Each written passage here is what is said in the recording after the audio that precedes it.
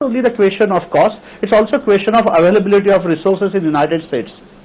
Okay, but you are underlining, aren't you, that there will be a differential of somewhere between 25,000 to take the median figure, and that is something that companies both in America and in India will bear in mind. Am I right in pointing that out, Mr. Apte?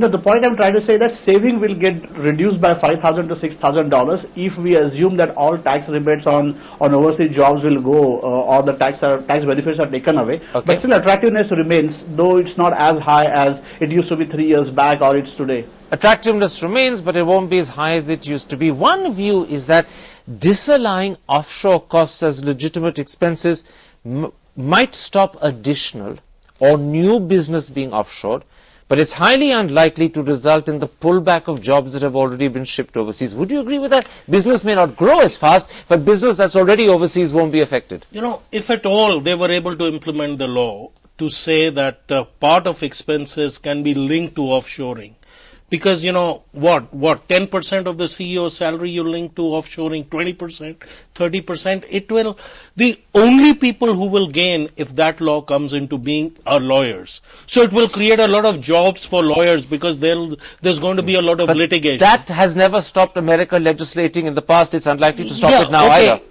Let's take that at face value, because I think we have a persecution complex. We are trying to see that just because he said something, it has to be linked to offshoring, and we want to find a reason. Okay, it is not IT jobs, then it must be a law that he's contemplating that will make it happen. I think it is, as Jerry said, it is going to be very tough to be able to even create a law that allows you to segregate those expenses. All right, so you take the Jerry Rao position that this is just an infinitesimal 0.1%, if that possibility. If at all.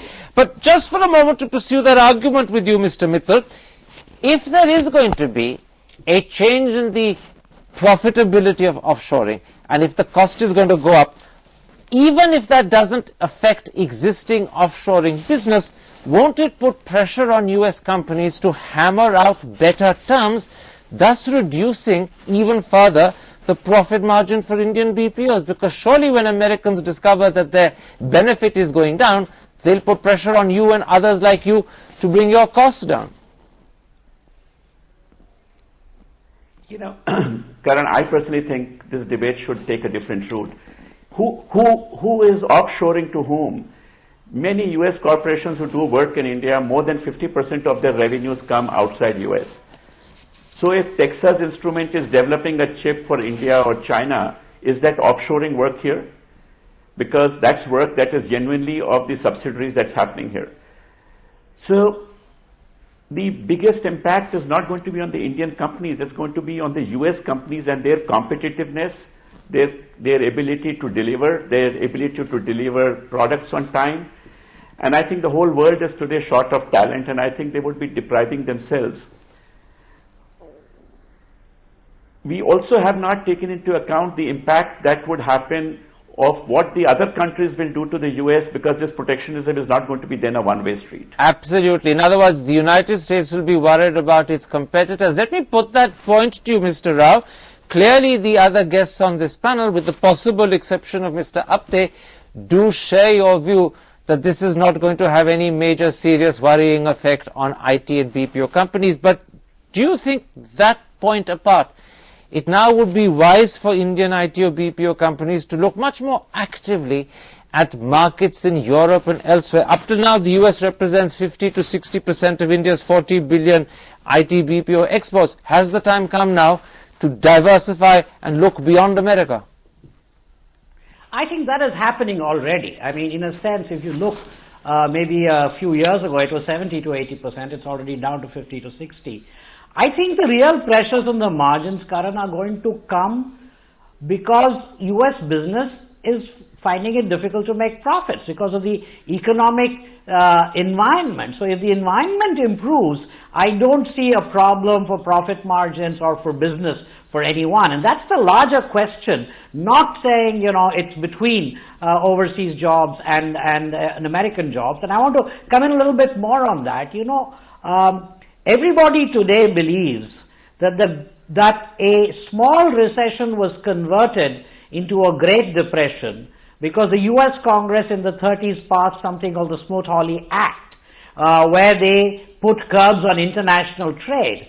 I mean, surely the present US administration doesn't want to go down in history as the ones who, by putting restrictions on international trade, converted a recession into a Great Depression, and that's just what will happen if they start taking anti-free trade measures, which is why we all hope, believe that this is just rhetoric, it'll just go away, it's just talk, it doesn't have any substance. And to underline your hope and your belief, perhaps I should point out that there are few American presidents as conscious of the lesson of history as President Obama. No doubt he's got the lessons of the 1933 Depression and the mishandling of it by President Hoover very much at the top of his mind. Therefore, very quickly, Mr. Apte, before I take a break, as an analyst who looks at the figures and who looks more importantly at the possibility of even 0.1% chances becoming reality, what's your advice to people in the IT BPO business in India?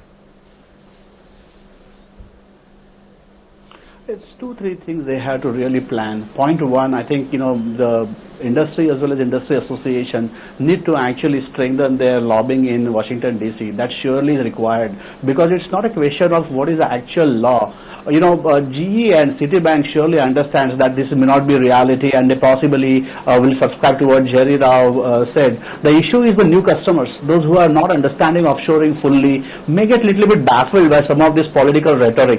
I think Indian industry and especially larger brands need to use their weightage in US to lobby. That's a point number one. Point number two, they have to work on their value proposition to remain highly competitive and continue saving by sending jobs to India. There are two things they have to do on priority, and whatever we say of European market and opening up at this point in time, and if you look at what has happened in last 12 months, those successes have been very limited, especially in continent.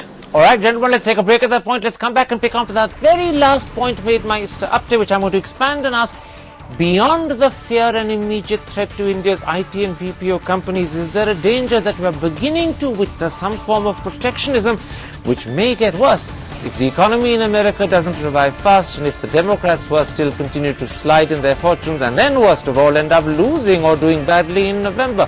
That may not be that far away. Is there therefore a hint of protectionism that we need to act against? That's in a moment's time. See you after the break.